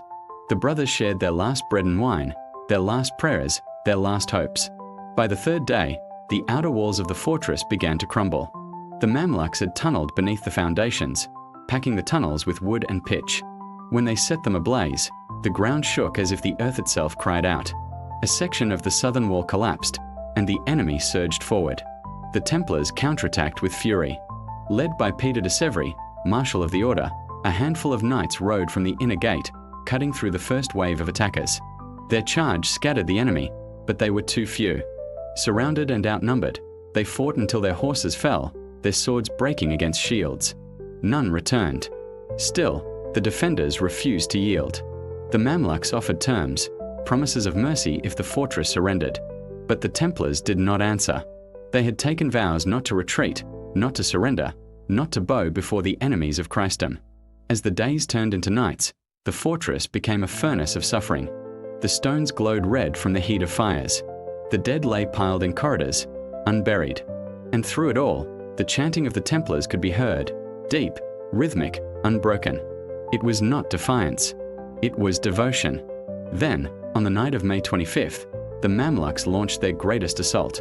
From every side, they came, tens of thousands, torches blazing like stars. Siege towers rolled forward, their wooden sides gleaming with firelight. Battering rams pounded the gates until they splintered. The roar of men and steel filled the night. Atop the walls, the Templars stood shoulder to shoulder. They had no strength left, but they had purpose. Each man fought until he fell. Their swords, nicked and bent, struck again and again. Blood ran down the steps of the keep, pooling at their feet. The Mamluks breached the first courtyard, then the second. The defenders fell back to the great hall, where the banner of the order still hung from a ceiling. There, among the dead and dying, the last of the knights gathered. Peter de Sèvres, bleeding from a dozen wounds, ordered the gates sealed. If the fortress was to fall, it would fall on their terms. When the Mamluks broke through, they found not cowards, but lions. The Templars met them blade to blade in the torchlight. Their white mantles turned crimson. Men fought until they could no longer stand, then dragged themselves across the floor to strike again. By dawn, the fighting had reached the inner keep, the very heart of the fortress. Hundreds of women and children had taken refuge there. Seeing that no escape remained, the surviving Templars made a grim decision. They sent envoys to the Sultan. The terms were desperate but clear. The Mamluks would be allowed to occupy the outer halls, but the brothers and civilians would be permitted to withdraw by sea. The Sultan, exhausted by the losses his army had suffered, agreed. For a moment, it seemed that mercy might triumph over vengeance. But treachery is the oldest companion of war. When the first Mamluk detachments entered the fortress to secure it, some among them, eager for plunder, began to loot and kill. Panic erupted. The Templars, seeing the slaughter of innocents, flew into a rage. They sealed the gates again, trapping the invaders inside. What followed was a massacre. In the narrow halls of the temple, steel clashed upon steel in darkness. The Templars fought with daggers, axes, even broken stones. Hundreds of Mamluks were cut down before they could retreat. Blood flooded the passageways. When the Sultan learned of the betrayal and the slaughter, his wrath was boundless. He ordered the fortress destroyed. Sappers packed the tunnels beneath the keep with powder and oil. The surviving brothers, no more than a few hundred, gathered in the chapel for the last time. They knew what was coming. As dawn rose over the smoking ruins of Acre, the ground shook with a deafening roar. The temple fortress, heart of the order, last bastion of the crusader dream, collapsed into itself. Stones, fire, and men were swallowed by the sea. The last battle of the Templars was over. Only silence remained, broken by the waves washing against the shattered harbour, and the cries of gulls circling above the ruins. Acre, the last city of the Crusaders, was no more, and with it, the dream of a Christian kingdom in the Holy Land vanished forever. The wind carried the smell of dust and sweat, a ghostly hymn of the long road that had swallowed thousands. They called it a holy journey, a crusade ordained by God himself. But by the summer of 1099, what had begun as devotion had turned into delirium.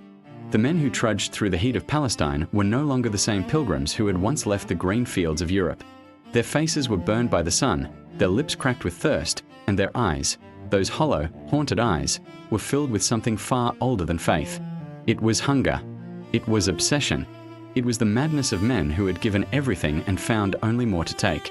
They came from every corner of Christendom: Franks, Normans, Italians, Germans. They had crossed mountains that devoured horses, deserts that swallowed armies, and cities that resisted with fire and plague. The air itself had become their enemy. Now, beyond the valleys of Judea, Jerusalem shimmered like a mirage, the final promise of salvation. For decades, the name Jerusalem had lived only in sermons and dreams, whispered in the dark corners of cathedrals. To touch it was to touch heaven. To die before its gates was to die in grace. But as the Crusaders looked upon the walled city that June morning, there was no heaven, only stone and silence. The city stood on the horizon like a crown of bone. Its walls were thick and ancient, built by kings long forgotten. Within them, a patchwork of faiths, bloodlines, and prayers. Christians, Muslims, Jews, all calling upon the same God under different names. Yet outside those walls gathered an army that no longer cared for names. The Crusaders had reached the Holy City on June 7, 1099. Their numbers had dwindled to fewer than 15,000, perhaps a third of what had set out years before. Many had died in the deserts of Anatolia. Others had turned back or vanished into the sands. What remained was a hardened core of warriors, bound not by loyalty to kings but by a shared fever, a belief that they were instruments of divine wrath. Among them stood Godfrey of Bouillon, tall and austere, the man they called Defender of the Holy Sepulchre. Near him, Raymond of Toulouse, grizzled and proud, who believed God himself had guided his sword, and Tancred of Hauteville, young, fierce, whose eyes burned like coals. Each man carried his own burden, faith, ambition, guilt, but together they formed a storm that was about to break upon Jerusalem. The Muslim defenders, under Iftikhar al-Dawla, the Fatimid governor of the city, had prepared well. Jerusalem's walls rose like a mountain of defiance, fortified with towers and filled with archers. Inside, supplies had been stockpiled, the wells guarded. The people prayed, Muslims, Jews, even Eastern Christians who feared both sides equally. To the Crusaders, the city was both paradise and prison. Its golden dome glinted like a challenge from heaven. And yet, beyond the glory of it, the soldiers saw something else: exhaustion. They had no siege engines, no water, and little food. They were at the gates of God's kingdom, but hell stood between them and victory. For days they camped on the barren hills, digging wells into the dry earth, praying for rain. The heat was merciless. Horses died where they stood. Men drank their own urine or the blood of their enemies. Still, they waited. Still, they believed. God wills it, he cried. The words rippled through the camp like fire on dry grass. A roar of thousands echoed across the valley. For a moment, even the dying lifted their heads. At night, the fires of the Crusader camp flickered like a constellation around the city. And from the walls, the defenders watched, silent, vigilant, knowing that faith could make men far more dangerous than hunger. Inside Jerusalem, fear spread like plague. The Fatimid governor ordered every well within reach of the enemy to be poisoned or sealed. No man was to open the gates.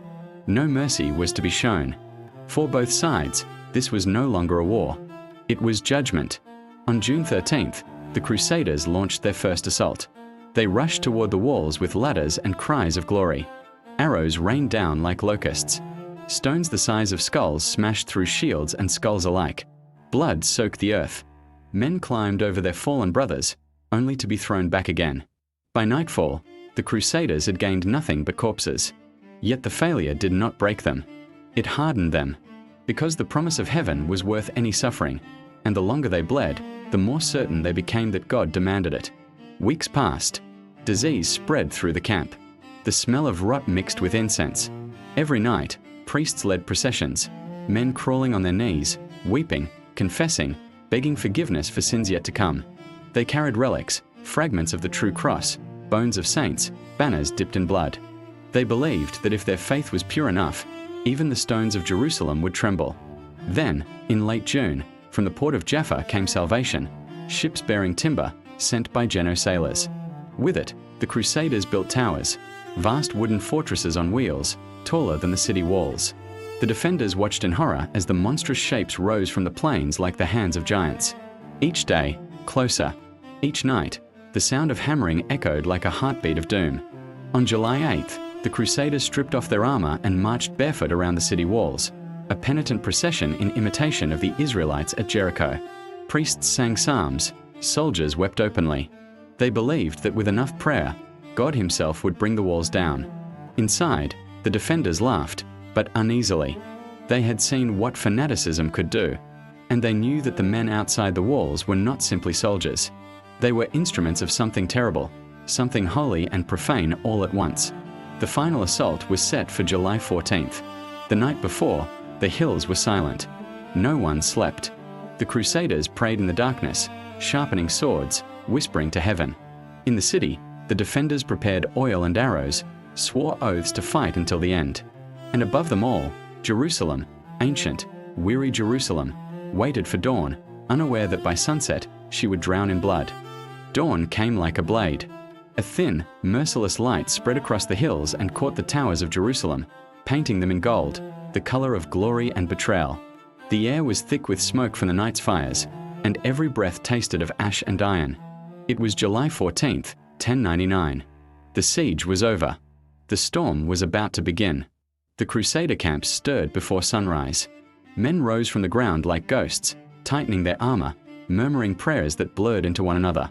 Some carved crosses into their flesh with daggers, marks of covenant and madness. They had waited 4 long years for this day. The city of God stood before them, and they would not be denied. From the east, Godfrey of Bouillon's men gathered beneath their siege tower, a mountain of wood, wrapped in rawhide to resist the Muslim fire. Its wheels groaned under its own weight, its timbers soaked in water, its ladders lined with sharpened spears. From the south, Raymond of Toulouse marshaled his Provençal knights before the walls of Mount Zion. And between them, the cries of priests carried across the field, Christ's army. Forward! The Lord is with us. Inside the city, the defenders lined the ramparts. Archers, soldiers, and civilians pressed shoulder to shoulder. Some had not slept in days. Others whispered verses from the Quran, steadying their trembling hands. They knew what awaited them if the walls fell. For word had spread, what the Crusaders had done in Antioch, in Ma'arat al-Numan, how they had left streets filled with bones and blood. Jerusalem would be no different. Then came the first sound of the battering rams, a deep, rhythmic thunder that shook the stones. Arrows screamed from both sides. From above, defenders hurled rocks, boiling oil, and fire. From below, Crusaders raised shields, pushing the towers forward inch by inch. The air was filled with a sound older than speech, the roar of men driven beyond fear. A flame shot down from the wall, a pot of Greek fire exploding against the wooden tower. The inferno roared to life, devouring everything it touched. Men screamed as their armor turned red-hot, their skin melting beneath the metal. But others climbed over the burning bodies, their faces streaked with blood and soot, shouting Deus Vult. God wills it. God demands it.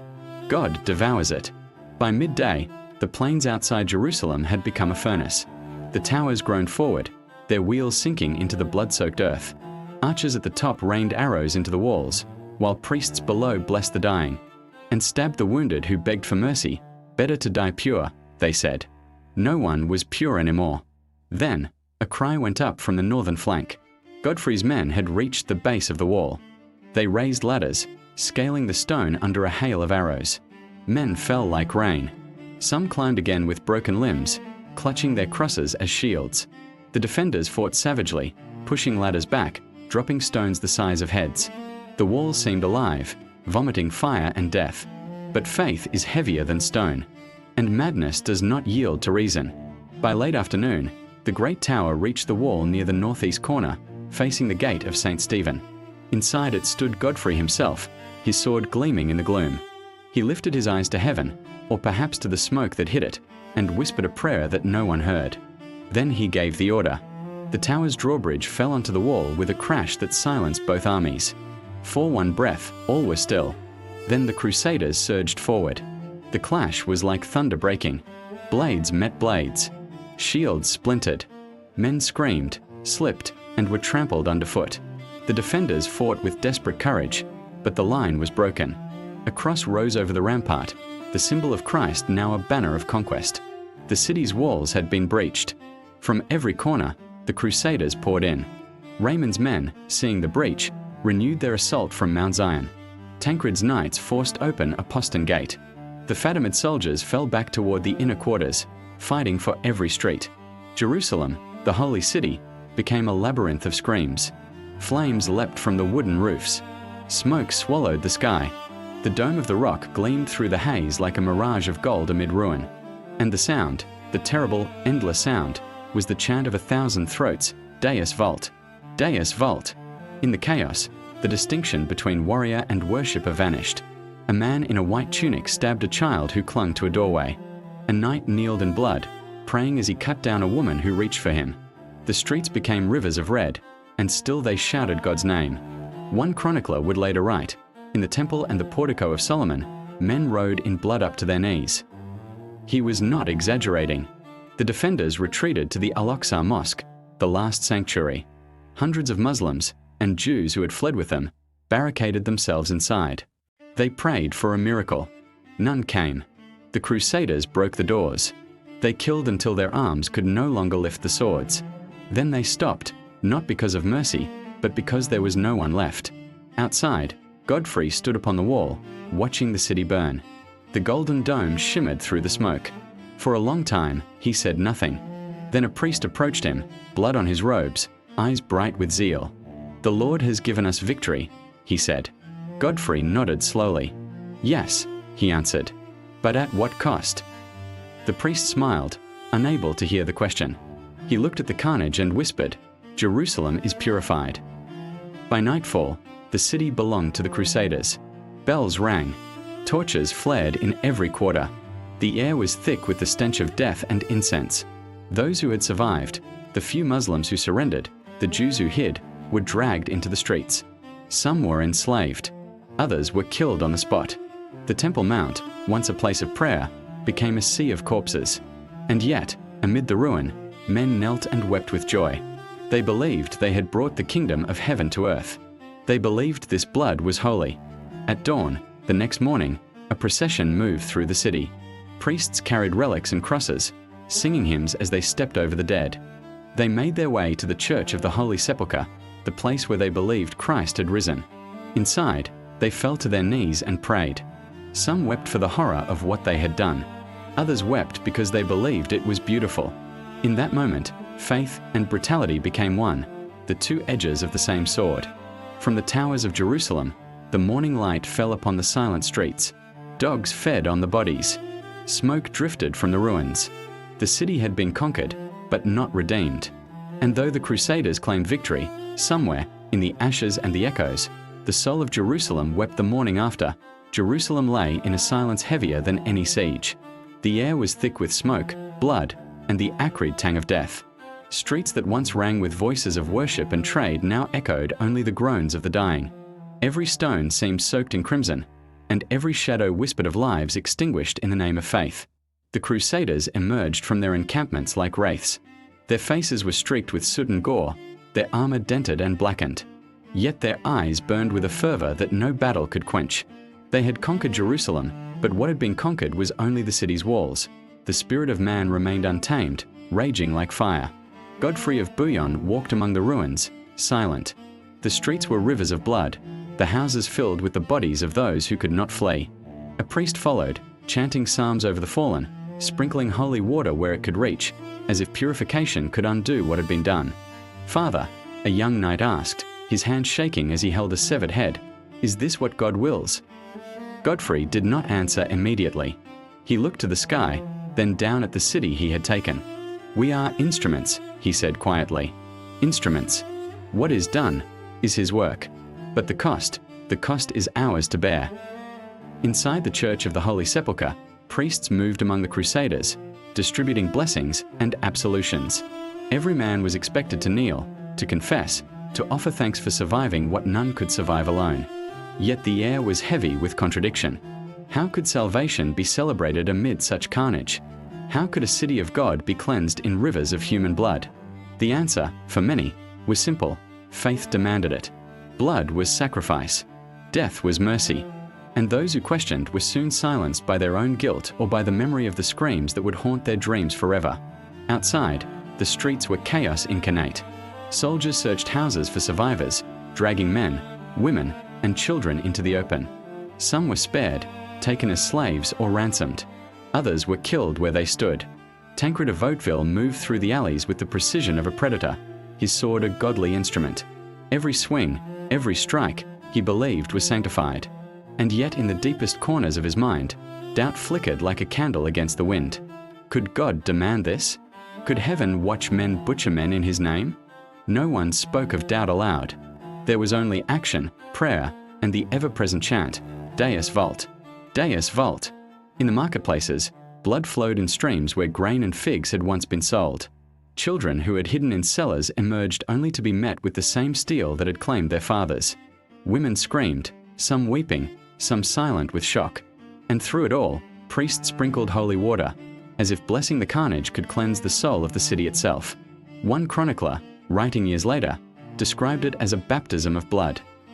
It was a phrase that captured the paradox of faith and cruelty, the union of devotion and horror. The city was holy, they said.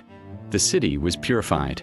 And yet, for every step forward, every altar consecrated, 1,000 souls cried out in a silence no one could hear. Amid the slaughter, not all crusaders were unfeeling. Some knelt beside the dying, offering water, comfort, or prayers. Some wept openly at the doors of homes, lamenting the innocents lost. But these were the few. The majority moved as a single tide of purpose, unable or unwilling to pause in a city drowned in fire and blood. By evening, Jerusalem had become a theater of death. The gates were littered with bodies. The Temple Mount, once a sanctuary of peace, reeked of smoke and blood. The streets, alleys, and courtyards were silent except for the moans of the wounded. And yet, the victorious walked as if on sacred ground, believing their actions righteous, their sins absolved by divine decree. The aftermath brought moral dissonance that none could escape. Godfrey sat atop the walls, looking down at the city. He remembered the faces, the fear, the pleading, the defiance. He remembered the screams and the smell of fire and blood. And he remembered the weight of command, the knowledge that every life taken, every scream silenced, was by his order, or at least under his watch. A priest approached, offering a blessing. Godfrey refused it. He could not pray. Not yet. Instead, he whispered to himself, "How can faith demand so much? How can God require this horror?" But he did not voice the question. In the city streets, such questions had no place. For the citizens who survived, the city had become a nightmare. Muslims hid wherever they could, in mosques, in cellars, in caves outside the walls. Jews, who had long been a minority in the city, fled or were slaughtered. And those few who remained alive were paraded through the streets as symbols of conquest, living reminders of the price of holy war. By nightfall, the crusaders lit fires throughout the city. They feasted on what they could find, drank from stolen wells, and celebrated their victory with hymns and prayers. Yet sleep did not come easily. The screams, the blood, the faces of the dead lingered. Faith had delivered Jerusalem into their hands, but it had also delivered them into the memory of horror. In the days that followed, Jerusalem was reorganized under crusader rule. Fortifications were repaired. Religious ceremonies resumed. But beneath the surface lay the unhealed wounds of massacre. Even in victory, the city mourned. Even in triumph, the soldiers remembered. The chroniclers would later call it the glorious conquest of the holy city.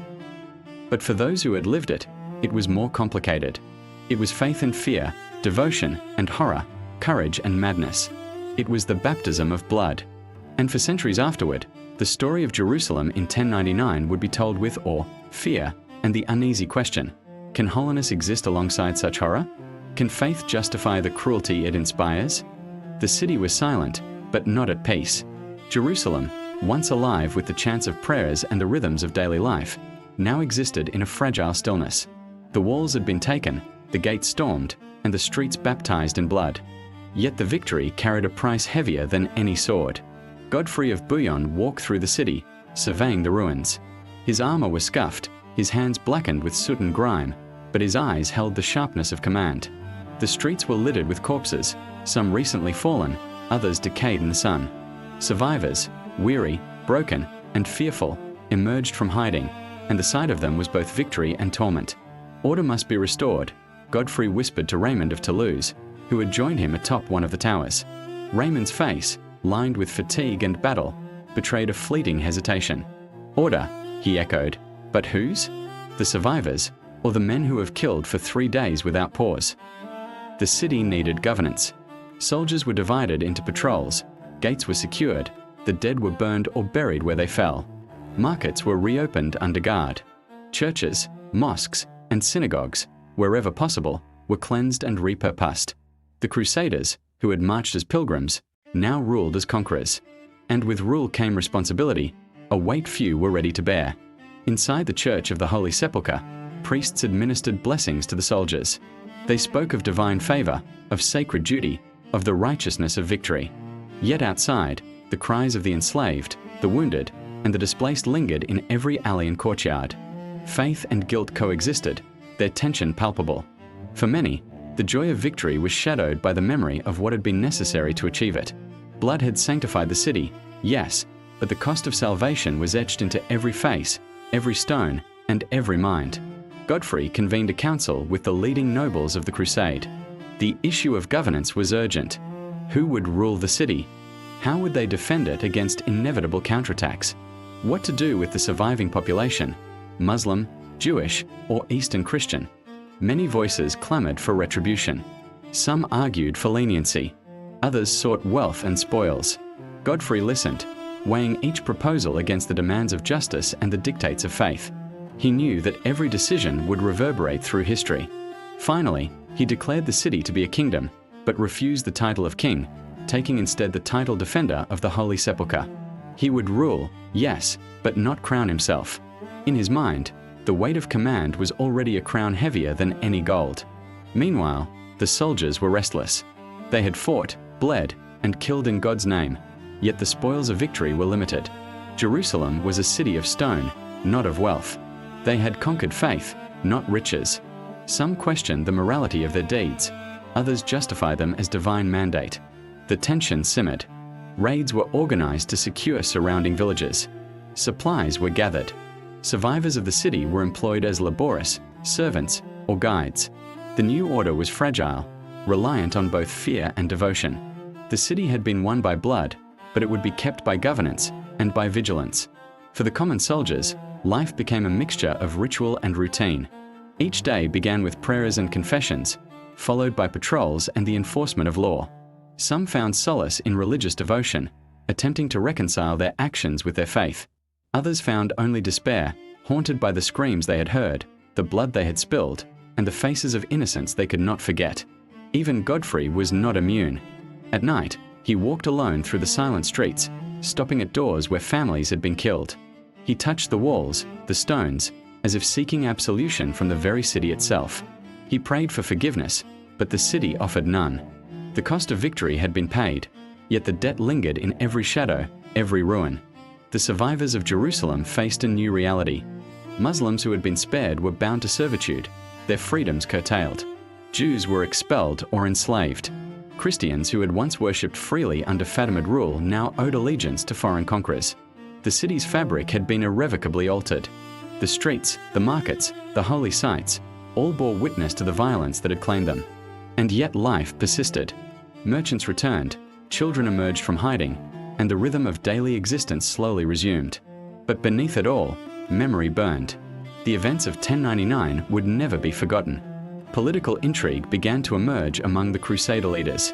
Alliances were fragile. Loyalties tested. Power struggled to assert itself amid the chaos.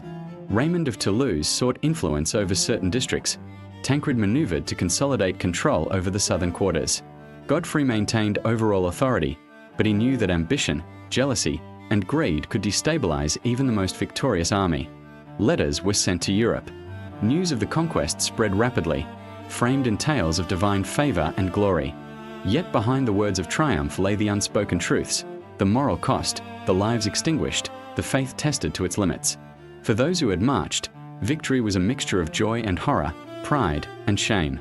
As Jerusalem settled into its new order, a solemn realization emerged. Victory was not an end, but a beginning. The city demanded constant vigilance. Defenses had to be maintained. Alliances nurtured. The population governed. And above all, the conscience of the crusaders demanded reckoning. Some found comfort in faith. Others found themselves consumed by guilt, wandering the city at night, speaking to ghosts only they could see. The streets whispered to those who had conquered them, reminding them that blood could not be erased, that sanctity was fragile, and that victory carried a price heavier than any crown. Godfrey himself understood the paradox. The city was holy. It was won by divine mandate. It was a triumph. Yet in every stone, every corpse, every shadow, he recognized the cost. Faith and cruelty had walked hand in hand. Justice and violence had intertwined. The holy city had been purified, yes, but its soul had been scarred forever. He knelt in the church of the Holy Sepulchre, whispering prayers for the living and the dead alike. He prayed for mercy, for guidance, for understanding. And he prayed for the strength to lead a city that had been forged in fire and blood.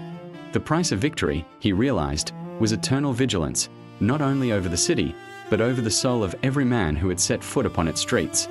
Years passed, yet the flames of 1099 had never truly died. Jerusalem, the city of saints and sinners, had been conquered, its streets baptized in blood. The stones still bore the marks of siege engines, scorched timbers, and the footprints of thousands who had walked through fire and slaughter. The city's heart beat differently now, a rhythm of fear, devotion, and vigilance. Godfrey of Bouillon ruled as defender of the Holy Sepulchre. Though he had secured the city, he carried the moral weight of every life taken. The streets were littered with corpses, and survivors, weary, fearful, broken, emerged, a living reminder of the cost of victory. Chroniclers praised the conquest as divinely ordained, yet the truth was darker. Survivors, Muslim, Jewish, and Eastern Christian, remembered the screams, the blood, and the terror. Jerusalem had become both holy and haunted. Generations would whisper stories of siege and slaughter, keeping alive the memory of 1099. Within the crusader ranks, men struggled with the paradox of triumph and guilt. Some sought solace in piety, others in wealth or power, but all were changed. Faith and violence had walked hand in hand, and every night, the faces of the innocent returned in dreams. The city required governance. Godfrey balanced ambition and morality among the crusader nobles, consolidating power while maintaining order. Patrols enforced law. Markets reopened. The surviving population adapted as best they could under foreign rule. Life persisted, but memory lingered, etching the cost of conquest into every stone and alley. Political and religious tension simmered. Neighboring territories planned retaliation. Pilgrimages increased. Tales of the bloody conquest inspired devotion and fear alike. Chroniclers framed it as divine favor, yet the deeper lesson endured. Holiness and cruelty were inseparable in the making of Jerusalem's new order. Godfrey, near the end of his life, reflected on the city he had defended. He understood that conquest, even holy, demanded a price. Faith could inspire courage, but it could also incite horror. Victory brought glory and guilt alike. Jerusalem was eternal, yet fragile in human hands. The legacy of fire endured. Jerusalem became a symbol of faith and violence, devotion and atrocity, triumph and tragedy. The stones remembered blood. The streets remembered screams. Faith and brutality remained intertwined, inseparable, two sides of the same cross. The fall of Jerusalem in 1099 had been absolute, in conquest, in blood, in memory, and its legacy, forged in fire, would burn forever.